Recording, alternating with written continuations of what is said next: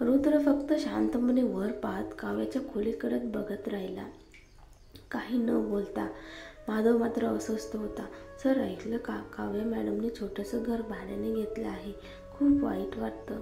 रुद्रने अजूनही काहीच प्रतिक्रिया दिली नाही.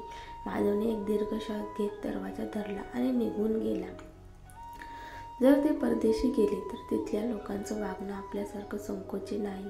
कुणीतरी तिला प्रेम देईल, काळजी घेईल. ती अजून लहान आहे. प्रेमाचा तिला फारसा अनुभव नाही आणि परदेशात तर देखण्या मुलांचा काही कमतरता नाही. रुद्रच्या डोळ्यात चटका भरला, पण काही बोलायच्या आधीच माधव पळत निघून गेला आणि जाताना टेबलावर काव्याचा नवीन पत्ता ठेवून गेला. दुसऱ्या दिवशी जुन्या वाड्यातून काव्याला कळलं की आजीने तिच्या परदेश प्रवासाची तयारी केली आहे. तिने दिलेलं वचन पूर्ण करण्यासाठी काव्य तयार होती. त्या दिवशी ती ऑफिसमध्ये जाऊन सांगून आली की ती परदेशात पुढचं शिक्षण घेणार आहे. बहुतेक कंपन्या याला समर्थन देतात. जर कर्मचारी परत येऊन काम चालू ठेवल तर. काव्यालाही तसंच वाटत होतं. हे नोकरी मिळवणं सोपं नव्हतं आणि अभ्यास पूर्ण झाल्यावर ती परत येऊन काम करणार होती. सानिका तिच्या मागे लागली. काव्या, खरंच परदेशी चाललीस का? होय, काव्याने उत्तर दिलं. फक्त 6 महिन्यासाठी जात आहे. काळजी करू नकोस. 6 महिन्यानंतर तिचं बाळ होणार होतं आणि वेळ अगदी योग्य होता. पण तरीही खूप खिन्न वाटत. अरे बस झाली. तू अजून साऊथ सिटीला जातेस का? काव्याने थोडं विचार केलं. साऊथ सिटी म्हणजे रुद्रचा वाडा, पण आता ती जवळपासच्या भागात राहायला गेली होती. नाही, मी ऑफिसजवळ भाड्याने घर घेतलं आहे. काय, तू विवाहित आहेस तरीही असं ऑफिसजवळ घर घेतलंस? तुझ्या नवऱ्याला हे मान्य आहे का? सानिकाचा आश्चर्यचकित प्रश्न. काव्याने डोकं खाली झुकवत म्हणाली, माझा नवरा काही विरोध करत नाही. ऑफिसजवळ राहणं सोयीचं आहे. मागील घर खूप दूर होतं आणि रोजचा प्रवास खूप थकवणारा. आता फक्त 10 मिनिटात घरी जाता येतं. तुझा नवरा तुझ्याबरोबर राहतोस? हो, काव्याने खोटं बोललं. वा, मग शनिवार रविवारी आपण तुझ्याकडे एकत्र येऊया. आधी बोलणार होते, पण नवऱ्यामुळे थोडं संकोच होतं. काव्य हसली. आता तू कधीही येऊ शकतेस. मी एकटीच असते. सानिकाला पाठवून काव्य घरी आली. थोडंसं खाल्लं आणि मग अभ्यास करायला बसली. जरी ती परदेशात मुख्यतः बाळासाठी जात होती, तरी हा अभ्यासाचा संधी ती वाया घालवू इच्छित नव्हती. तेवढ्या दाराबाहेर काहीतरी आवाज आला. काव्य थांबली आणि दार उघडलं. एका जड शरीराने आत प्रवेश केला आणि तिला घट्ट मिठी मारली. रुद्र, तुला दारूचा वास येतोय? मी नशेत नाही. त्याचं घाण दारूने भरलेलं श्वास तिच्या अंगावर पडत होतं. तो त्याच्यावर वजन टाकत पुढे आला. ती जवळजवळ पडलीच असती, पण त्याला सावधपणे आत घेऊन आली.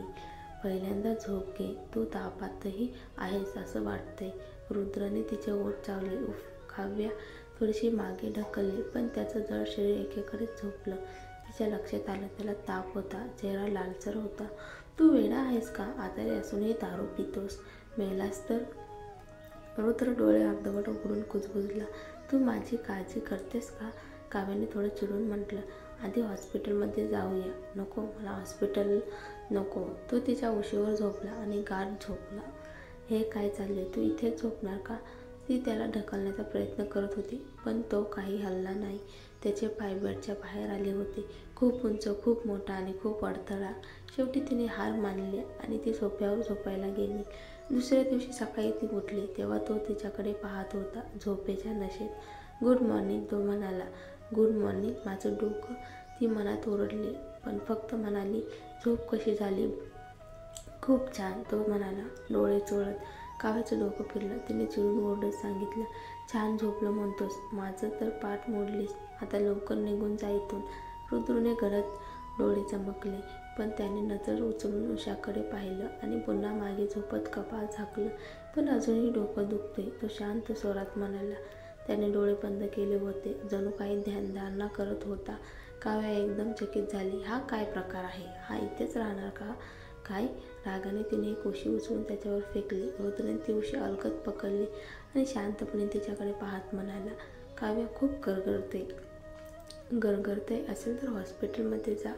माझ्या या छोट्याशा जागेत बुद्धासारखं पसरून राहू नकोस. ती चिडून म्हणाली, जाऊ शकत नाही, खरंच खूप गरगरते. तो पुन्हा डोकं धरून झोपला आणि काव्या घाईघाईने त्याच्याकडे आली. तिने त्याचे कपाळ हाताने पाहिलं. किंचित गरम होतं. तिच्या चेहऱ्यावर चिंता उमटली. तिने आपली औषधाची पेटी उघडली, जी तिने गरोदर असल्याने आधीच आणून ठेवली होती. तिने थर्मामीटर काढून ताप पाहिला. 37.8 अंश सेल्सिअस. म्हणजे त्याचा ज्वर आता सौम्य झालेला होता. अजूनही पूर्ण बरा झाला नव्हता. खूप हट्टी आहेस तू. आता सौम्य ताप आहे. थांब, तुला फिवर पॅच लावते आणि काहीतरी हलका खाण्यासाठी बनवते. हालचाल नको करू, ती म्हणाली आणि स्वयंपाकघरात गेली. रुद्रच्या ओठावर एक हलकीशी स्मितरेषा उमटली. त्याने डोळे अर्धवट बंद केले आणि तिचं धावपळ करत रूप पाहत राहिला. ही छोटीशी खोली त्याला हवी तशी वाटू लागली. इथे काहीही लपवून ठेवता येत नव्हतं. ती स्वयंपाक करत होती आणि तो बाहेरून सगळं पाहू शकत होता. केव्हा काव्या काही साधे आणि हलके पदार्थ तयार करून त्याला हाक मारली. तो हळूहळू उठून जेवायला आला. ती त्याच्याकडे रागाने पाहत म्हणाली, जेवण झाले की घरी जा. रुद्रने क्षणभर थांबवले आणि एकदम निराश झाल्यासारखं वाटलं. काव्या त्याच्याकडे पाहत म्हणाली, रुद्र, तू सोंग तर करत नाहीयेस ना? रुद्रने डोळे अर्धवट मिटले आणि शांतपणे उत्तर दिलं, तू लवकरच परदेशात चालली जाणारेस. काही दिवस मी राहिलो तर काय बिघडलं? काव्या क्षणभर निरुत्तर झाली. आणि त्याचं त्या वाक्याचा अर्थ काय? तो ती परदेशात जाणार हे मान्य करत होता का? तसं असेल तर काही दिवस ती त्याची काळजी घेईल, पण एकदा बरा झाला की बाहेर फेकून देणारच. मग तिने मनाशी म्हटलं, ही खोली अशी लहानशी आणि जुनी आहे. हा एक रात्र मजेत राहशील, पण रोजच्या आरामशीर आयुष्याच्या सवयीचा हा माणूस जास्त काळ टिकणार नाही. बरं, मग जास्त जेव, ती दाताखाली बोलली. पण स्पष्ट होतं की तिने राहण्याची परवानगी दिली होती. रुद्रच्या डोळ्यात शांतता उतरली आणि त्याने जरा जलद जेवायला सुरुवात केली. काव्या जेवण आणि साफसफाई आटपून ऑफिसला पोचली, पण समोरचं दृश्य पाहून ती थबकली.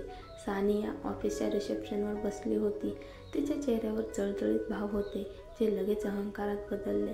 तिने काव्याला वरपासून खालपर्यंत पाहिलं आणि म्हणाली, ऐकलंय तो टायटन कंपनीसोबत करार करतेस. आता त्याचा नियमित चर्चासत्र हाताळणार आहे. पुढे तू माझी काळजी घे. कंपनीतले अनेक लोक तिच्या भोवती जमा झाले. आता कंपनीवरून तर शिवायच्या नावावर होती आणि सानिया त्याची बहीण, त्यामुळे सगळेजण तिचं स्वागत करत होते. काव्या शांतपणे म्हणाली, मी तुमच्यासारख्या मान्यवर व्यक्तीच्या मार्गदर्शनास पात्र नाही.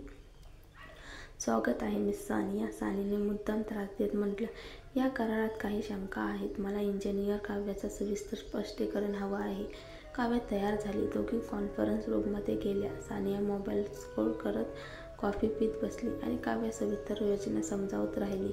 तासभर झाल्यावर सानिया म्हणाली, मला अजूनही समजलं नाही.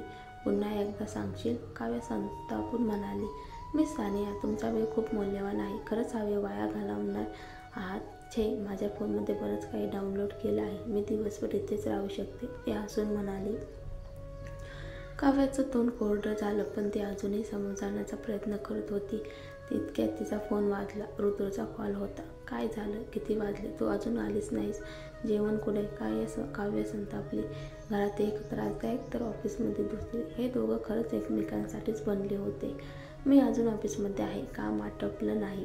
कसलं काम? सोड आणि परत ये, जेवण बनव. काव्याने सानियाकडे पाहिलं आणि म्हणाली, माझं इथं थांबणं शक्य नाहीये. तू मुद्दाम करत नाहीस ना? काव्याला त्याचा राग कळला, पण तिने कटाक्ष टाकत विचारलं, मग सांग, मी ऑफिस सोडून घरी येऊ का? कंपनीला समजावशील? सानिया वैतागली. इंजिनियर काव्या, तू अजून काम संपवलं नाहीस आणि जेवण जाण्याचा विचार करतेस? इतकी बेजबाबदार आहेस का? इतक्या सानियाचा फोन वाजला. रुद्रचा कॉल. तिचा चेहरा उजळला, पण फोन उचलल्यावर, काव्या माझ्यासोबत आहे मी. हो, ठीक आहे, तिला पाठवते. तिचा चेहरा उतरला. जळजळीत नजरेने काव्याकडे पाहत म्हणाली. रुद्र म्हणाला, तू लगेच घरी जा. काव्याने हसत विचारलं, खरंच? मग मी निघते. सानिया तिच्याकडे पाहत गप्प बसली, पण नंतर तीही बाहेर निघाली रुद्रला भेटण्यासाठी. पण जेव्हा ती रुद्रच्या घरामध्ये पोचली, नोकर म्हणाला, साहेब सध्या त्या तरुणीच्या घरी राहतात. काय?